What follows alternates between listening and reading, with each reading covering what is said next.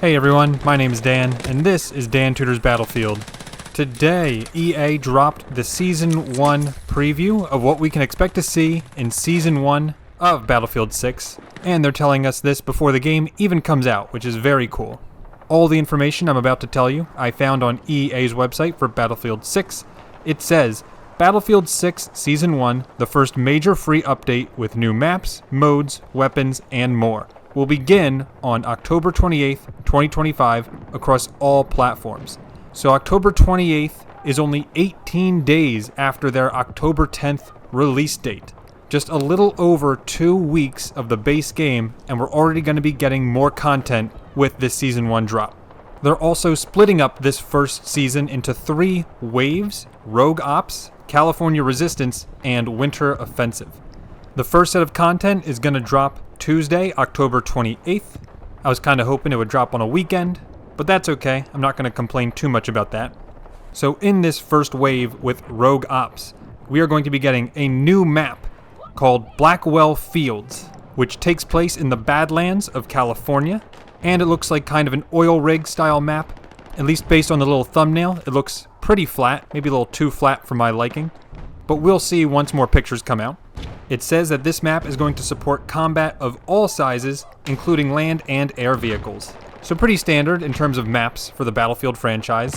I'm sure you're also going to get a mix of the kinds of combat, depending if you're playing Conquest, big open areas, lots of vehicles, and then of course you're going to have the close quarters combat with Team Deathmatch and other game modes like that. Speaking of game modes, we have a new one coming out called Strike Point, which seems to me like a combination of Search and Destroy and King of the Hill.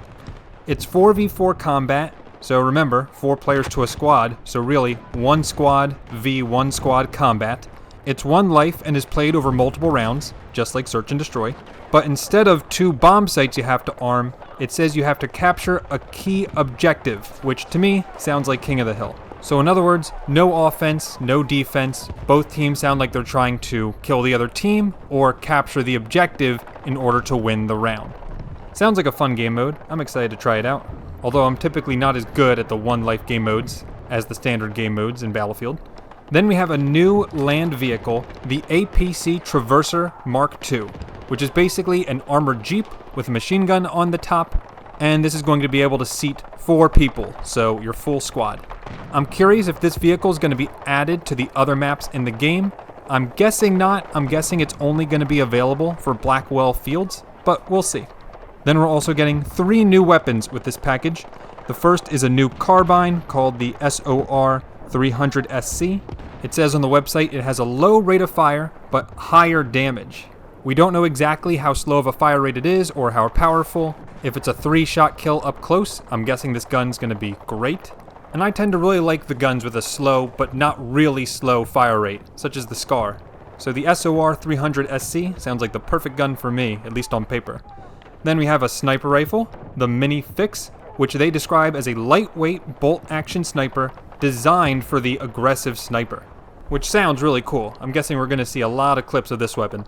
And then lastly, we have a new sidearm pistol, the GGH-22, a high-capacity, high rate of fire, and low-damage pistol. Typically, I'm not a fan of the high rate of fire, low-damage pistols, but I know a lot of people out there do really like them. So if it fits your niche, this will be a great sidearm to finish off your kills. And then finally, with Rogue Ops, we get some new attachments, a rail cover, and a low-powered variable optic LPVO. It doesn't describe much about it. If I had to guess, I would guess that the rail cover would be good for reduced recoil or maybe faster aim down sight. And for the LPVO sight, my guess is that you can toggle between a 1 and a 2 times scope, or maybe a 2 and a 4 times scope, but we'll have to wait and see. Then fast forward 3 weeks later to Tuesday, November 18th, and we get the second wave, the California Resistance, which is going to come with a lot more similar stuff. First, we get a new map called Eastwood, which obviously also takes place in California. They say this is also going to support combat of all sizes, land vehicles, and helicopters, so that'll be fun. To me, it looks like a very open map layout with a lot of trees, which of course will be good for hiding from the helicopters. And I'm guessing there'll probably be a couple central large buildings to fight over, and then some smaller buildings surrounding it. Also, fun fact, they say this map is going to have a golf course. I have zero expectation you'll be able to play golf in Battlefield 6, but still, the map is going to feature a golf course, which I'm pretty sure is the first map in Battlefield history to have that. Then we're getting a new limited time game mode called Sabotage, which sounds really cool as I was reading it. It's an 8v8 game mode where your objective is to blow up sites throughout the map. And this is not something like arming an objective. No, this is you're actually blowing up the sites with RPGs, grenades, grenade launchers, C4, anything in your arsenal they want you to use to blow up these sites. Now we have no idea where these sites are located, if they're guarded by buildings that you have to blow up first, and we also don't know how many of them there are, but it does tell us this is a attack/defense game mode where one team is attacking first and then the other team defends, and then they switch sides. Which sounds like a very fun game mode, and definitely I think good as a limited time game mode. We're also going to be seeing battle pickups, which we've seen in previous Battlefield games. Essentially these are power weapons like in Halo. They have limited ammo, but they're very powerful. Most people are talking about the railgun, and how that will be making a return to Battlefield. And again, I'm curious if they're going to be adding battle pickups to the previous maps, or if it's only on Eastwood. I'm guessing they'd add it to the previous maps, but we'll see what they decide to do. Then we're getting two new weapons. First, a pump shotgun, the DB12, which is actually a pump double barrel shotgun, where basically you pump every 2 shots instead of every shot, like the standard shotgun. And then for a new sidearm, we have the M357 trait, which basically they describe as similar to the revolver in terms of a high power, low magazine revolver, but they make it stand out from the 44 Magnum with a larger magazine size of 8, but more damage drop off. In other words, it's harder to get a kill from longer range. And rounding out the California Resistance is a new weapon attachment called the Troy Angled Grip, which they describe as a mix of ergonomic and handling changes. So my guess would be lower weapon sway, less recoil, faster aim down sight, something along those lines. And by the way, if you like the content so far and you want to keep up to date with all the latest in Battlefield 6 news, please feel free to drop a like and subscribe. And then after all that, 3 weeks later on Tuesday, December 9th, we get the third and final piece of Season 1 called the Winter Offensive. Definitely offers the least in terms of new content out of these 3, but here's what we can expect to see on December 9th. First, a new limited time map called Ice Lock Empire State, which basically is going to be the map Empire State, but now with a snow theme, and maybe we'll even see some blizzard going on halfway through the match, something like they've done with previous Battlefield maps.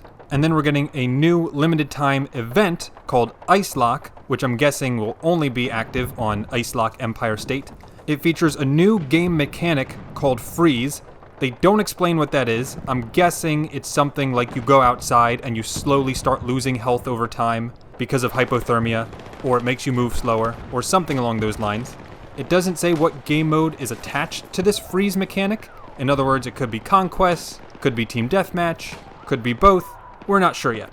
And it looks like the last thing we're getting is a new melee weapon, the Ice Climbing Axe, which definitely gives off Modern Warfare 2 vibes with that one ice mission, the best mission maybe in any video game ever.